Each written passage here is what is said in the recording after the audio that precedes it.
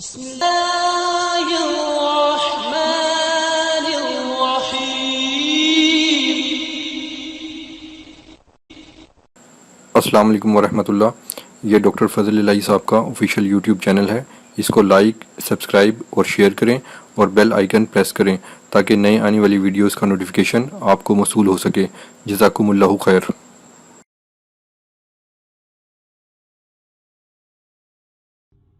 الحمد وسلام على عباده الذين اصطفى.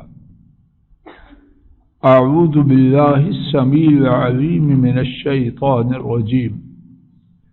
بسم الله الرحمن الرحيم.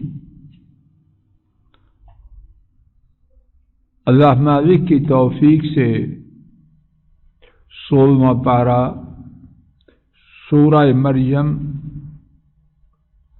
آیات شریفہ 42 سے بعد والی آیات میں اللہ مالک نے ابراہیم علیہ السلام کے اپنے والد کو شرک سے روکنے کے واقعہ کی تفصیل بیان کی. اللہ کریم کی توفیق سے یہ بات سمجھنے سمجھانے کی عاجزانہ کوشش کی جا رہی تھی کہ شرک سے روکنا، توحید کی دعوت دینا، نیکی کا حکم دینا، برائی سے روکنا، یہ والدین کے لیے بھی ہے. والدین کا ادب اور احترام اس کی راہ میں رکاوٹ نہیں. یقیناً ابراہیم علیہ السلام بہت ہی زیادہ اپنے والدین کے حقوق، ان کے ادب احترام کو جاننے، پہچاننے اور اس کا خیال رکھنے والے تھے. لیکن انہوں نے اس کے باوجود اپنے والد کو واضح اور صریح انداز میں نیکی کی دعوت دی، برائی سے روکا، شرک سے منع کیا اور توحید کی دعوت دی. اسی سلسلہ میں ہم نے اللہ مالک کی توفیق سے سیرت طیبہ سے نبی کریم صلی اللہ علیہ وسلم کے کچھ واقعات سنے اور سنائے.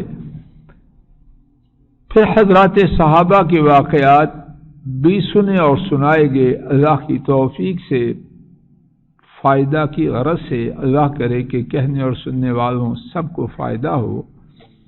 2 واقعات مزید سنتے ہیں، شاید اللہ تعالی ہمارے لیے اس حقیقت کو خوب نکھار دے اور ہم جہاں کہیں ضرورت ہو اچھے انداز سے توحید کی دعوت دینے والے، شرک سے روکنے والے، نیکی کا حکم دینے والے اور برائی سے روکنے والے بن جائیں، اگرچہ اس کی ضرورت ہمارے والدین کو بھی ہو. حضرات صحابہ کے آج کے 2 واقعات میں سے پہلا واقعہ امام بخاری رحمہ اللہ نے سالم حضرت عمر رضی اللہ تعالی عنہ کے پوتے ان سے روایت کیا کہ ابن عمر نے، یعنی ان کے والد محترم عبداللہ سالم پوتا، عبداللہ باپ اور عمر رضی اللہ تعالی عنہ سالم کے دادا. تو سالم بیان کرتے ہیں کہ ابن عمر رضی اللہ عنہما نے مغرب کی نماز کو لیٹ کیا اور حالات یہ تھے کہ ان کی بیوی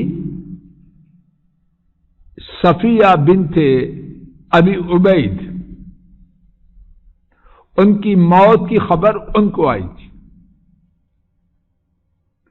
تو میں نے ان سے عرض کیا نماز پڑھو. انہوں نے فرمایا چلو، سفر میں تھے. میں نے عرض کیا یعنی دوبارہ نماز. انہوں نے فرمایا چلو. اب باپ کو 2 دفعہ نماز کا حکم دے رہے ہیں کہ نہیں، اور باپ بھی کوئی مشرک نہیں اور مسلمان بھی نہیں، صرف بہت بڑی شان والے ہیں، بہت بڑے عالم اور سنت کی پابندی کرنے والے ہیں۔ سالم ان کے بیٹے بیان کرتے ہیں 2 میل یا 3 میل سفر طے کیا تو سواری سے اترے اور نماز پڑھی، اور پھر فرمایا اسی طرح میں نے اللہ کے رسول صلی اللہ علیہ وسلم کو دیکھا کہ جب تیزی کے ساتھ چلنا چاہتے تو اس طرح نماز کو مؤخر کرتے۔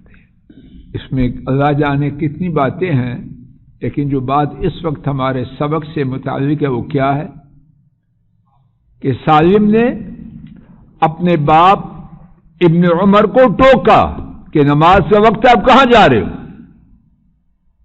اور ادب سے اختصار سے الصلاۃ، مقصد تو تنبیہ کرنا ہے، معاذ اللہ کو گستاخی کرنا تو مقصد نہیں۔ اور یہاں اور کتنی باتیں ہیں، ایک یہ ہے کہ سفر میں نماز کو مغرب کو عشاء تک لے جایا جا سکتا ہے اور ظہر کو عصر تک لے جایا جا سکتا ہے، یہاں تک کہ دونوں کو جمع بھی کیا جا سکتا۔ اور ایک اور بات، ابن عمر نے اپنے موقف کی تائید میں یہ نہیں کہا میں ابا ہوں، میں زیادہ جانتا ہوں، نہیں، ان کی بات پیش کی جن کی بات کو اللہ نے حجت بنایا ہے۔ بات واضح ہوگی۔ ابن عمر ان کے ایک اور بیٹے کا واقعہ بڑا ہی عجیب ہے، وہ سماعت فرمائیے، امام ابن حزم نے اس واقعہ کو بیان کیا۔ حضرت عبداللہ ابن عمر رضی اللہ عنہما، ان کے ایک اور بیٹے، ان کا نام بھی عبداللہ، اور یہ حضرت عمر کے پوتے ہوئے۔ انہوں نے بیان کیا میں اپنے ابا کے ساتھ بیٹھا ہوا تھا، میں نے ایک شخص کو بلایا اور اس کو کہا جائیے عائشہ رضی اللہ عنہا کے پاس، ان سے پوچھئے کہ احرام شروع کرتے وقت خوشبو استعمال کرنے کا حکم کیا ہے۔ احرام، جب آدمی احرام میں داخل ہونا چاہے تو کیا خوشبو استعمال کر سکتا ہے کہ نہیں؟ اور وہ خود بیان کرتے مجھے پتا تھا کہ عائشہ کی کیا رائے۔ عائشہ رضی اللہ تعالی عنہا نے روایت کی ہے کہ نبی کریم صلی اللہ علیہ وسلم جب احرام میں داخل ہوتے تو میں ان کو خوشبو لگاتی۔ تو جب یہ روایت کرتی ہیں تو ان کا عقیدہ کیا تھا کہ احرام کے شروع میں کیا بولیے، تو کہتے ہیں مجھے پتا تھا کہ اما عائشہ ان کی یہ رائے ہے تو کیوں بھیجا۔ بیان کرتے ہیں ان کے بیٹے عبداللہ، لیکن میں نے پسند کیا کہ عائشہ رضی اللہ عنہا کی بات میرے ابو بھی سن لے۔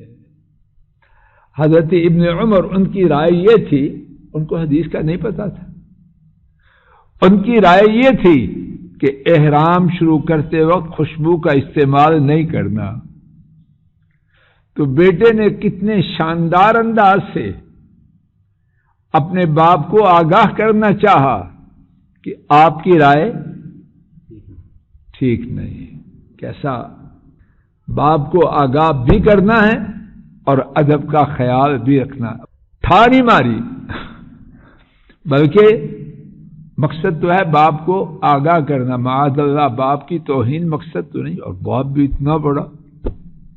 قاصد واپس آیا اور اس نے کہا بے شک عائشہ رضی اللہ عنہا فرماتی ہیں احرام کے شروع کرتے وقت خوشبو کے استعمال میں کوئی حرج نہیں، تو اس سے جتنی چاہو جتنی ہو سکے لگا لو۔ اب کیا ہوا، عبداللہ ان کے بیٹے بیان کرتے ہیں، عبداللہ تو ان کے ابو عبداللہ ابن عمر رضی اللہ عنہ خاموش رہے. مقصد بھی پورا ہو گیا اور جھڑکے بھی نہ پڑے. اب آیت شریفہ دیکھیے میرے ساتھ. یا ابت، آیت شریفہ نمبر 44. اے میرے ابو لا تعبد الشیطان، شیطان کی عبادت نہ کیجیے. ان الشیطان، یقیناً شیطان، کان للرحمن عصیا، بے شک شیطان ہمیشہ سے رحمان کے لیے سخت نافرمان ہے. اب اس آیت کریمہ میں اللہ جانے کتنی باتیں ہیں. ایک بات تو یہ ہے کہ ابراہیم علیہ السلام نے کس قوت سے اپنے موقف کو پیش کیا. اس سے پہلے آیت شریفہ 42 اس میں ذرا دیکھیے. یا ابت لم تعبد ما لا يسمع ولا يبصر ولا يغني عنك شيئا. اے میرے ابو، اس کی عبادت کیوں کرتے ہو جو نہ سنتا ہے نہ دیکھتا ہے اور نہ ہی آپ کے کچھ بھی کام آتا ہے، یعنی اس میں نفع کوئی نہیں. اب یہاں کیا بیان کر رہے ہیں کہ صرف یہی نہیں، آپ کی یہ کارروائی نفع سے خالی ہے. اب بیان کر رہے ہیں اس میں نقصان ہے. دو پہلو ہیں، ایک نفع سے خالی اور دوسرا بعض کام ایسے ہوتے ہیں کہ اس میں نفع تو نہیں لیکن یدی کوئی نقصان میں چوک یا حرج ہے. تو ابراہیم علیہ السلام ہر طرف سے باپ کے لیے راستہ بند کرے ہیں. نفع بھی کوئی نہیں اور نقصان ہے.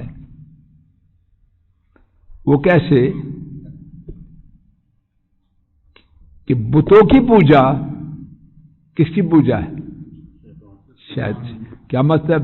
شیطان کی بات مان کے بتوں کو پوج کر اپنے رب کی نافرمانی کرے تو شیطان کو پوجے. اور شیطان کون ہے؟ بے شک شیطان ہمیشہ سے رحمان کیا سخت نافرمان. اللہ کے نبی کا بیان عجیب بیان ہے. اس سے ایسا بیان کس کا ہو سکتا ہے؟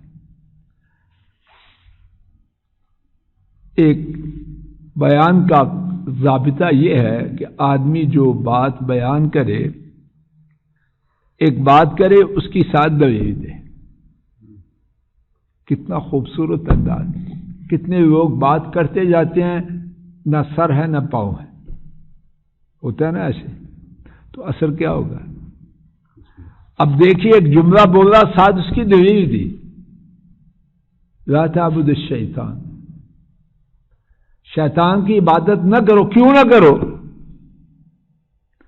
میں جو کہہ رہا ہوں اس کا کوئی سبب یا بغیر سبب کے بول رہا؟ سبب. کیا سبب ہے؟ ان الشیطان کان للرحمن عصیا، یقیناً شیطان ہمیشہ سے رحمان کا سخت نافرمان ہے. تو جو رحمان کا سخت نافرمان ہے اس کی عبادت کرنا نفع کہاں سے آئے؟ ایک اور بات دیکھیے، ابراہیم علیہ السلام اس گناہ سے روک رہے ہیں جو گناہ کائنات میں سب سے بڑا ہے. اور وہ گناہ کون سا ہے؟ شرک. اور بات کا انداز دیکھیے، کس سے شروع کرتے ہیں؟ اوئے، تو، اور اس کے بعد جو ہم جو موٹے موٹے الفاظ بولتے ہیں،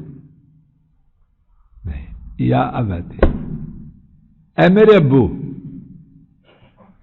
اور پھر دیکھیے اس سے پہلے بھی قریباً 1.25 کی لائن ہے، اس میں بھی بات کا آغاز یا ابت ہے. اب پھر بات کا آغاز یہ جو بار بار گفتگو میں کہنا ہے دادا ابو یا ماما ماما، یہ ادب کے لیے ہوتا ہے یا توہین کے لیے ہوتا ہے؟ بچے ہیں جب کچھ یہ نہ ہو تو پھر بار بار ماما ماما بولتا ہے، اور جب کچھ یہ نہ ہو تو جواب دینا بھی نہیں سنتا، اور جواب دے بھی دے تو ماما کہنا اپنی توہین سمجھتا ہے، کہتا میں تیرا باپ ہوں تو میں تجھے ماما کیسے کہوں؟ جب اس کو مقصد نہ ہو تو ماں کا باپ بن جاتا ہے، پھر ماما کہنا ایسے ہی ہے کچھ اور ہے، بس نکل گیا۔ رانا صاحب آپ کسی کے بیٹے ہو،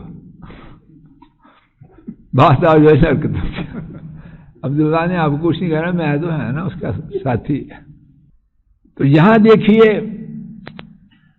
مقصد باپ کا ہے یا ان کا ہے؟ نہیں، ان کا مقصد، ان کا کیا مقصد ہے؟ میرا باپ شرک سے بچ جائے، باپ کی خیرخواہی ان کا مقصد ہے۔ اللہ اکبر، کاش ہم جو دوسروں کو دین کی دعوت دیتے ہیں ہم اس طریقے پر آ جائیں۔ ہم تو سمجھتے ہیں کسی کو سمجھا رہے ہیں تو اس پر احسان کر رہے ہیں۔ ابراہیم علیہ السلام باپ کو اپنا احسان جتلا رہے ہیں یا کتنی،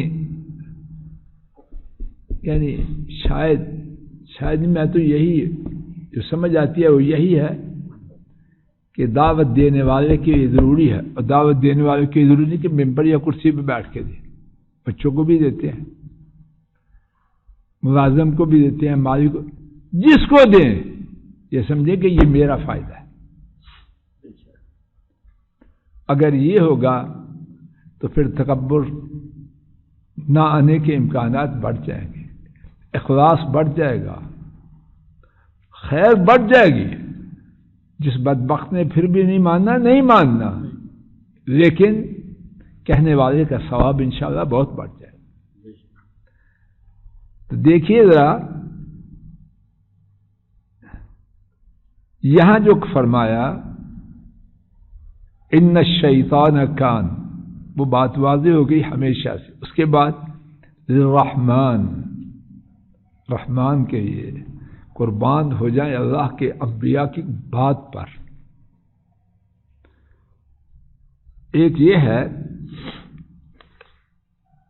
سمجھنے سمجھانے کی یہ بات ہے، کوئی کسی کو بچے کو کہے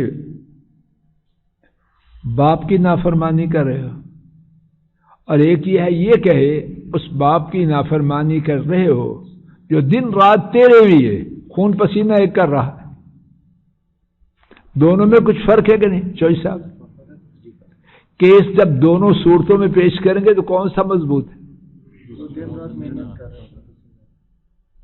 اس کا دن رات محنت کرنا، خون پسینہ ایک کرنا، نافرمانی کرنے کے لیے تجھے اجازت دیتا ہے،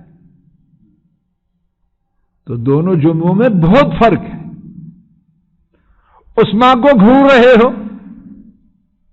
جو تیری سال ہر سال سے پرورش کر رہی ہے، اور یہ کہ ایک یہ ہے کہ ماں کو گھور رہے ہو، دونوں میں فرق ہے۔ تو ابراہیم علیہ السلام نے باپ کو کیا کہا؟ کس کا نافرمان ہے؟ الرحمن، جو رحم کرنے والے، ساری نعمتیں، ساری عنایات، ساری نوازشات دینے والے، ان کی نافرمانی کر رہے۔ کتنا زور ہے اللہ کے نبی کی گفتگو میں۔ اسی مقام سے انشاءاللہ آئندہ سبق کا آغاز ہوگا۔ وصلی اللہ تعالی علی خیر خلقہ وعلی آلہ واصحابہ وأهل بيته وأتباعه إلى يوم الدين آمين يا رب العالمين.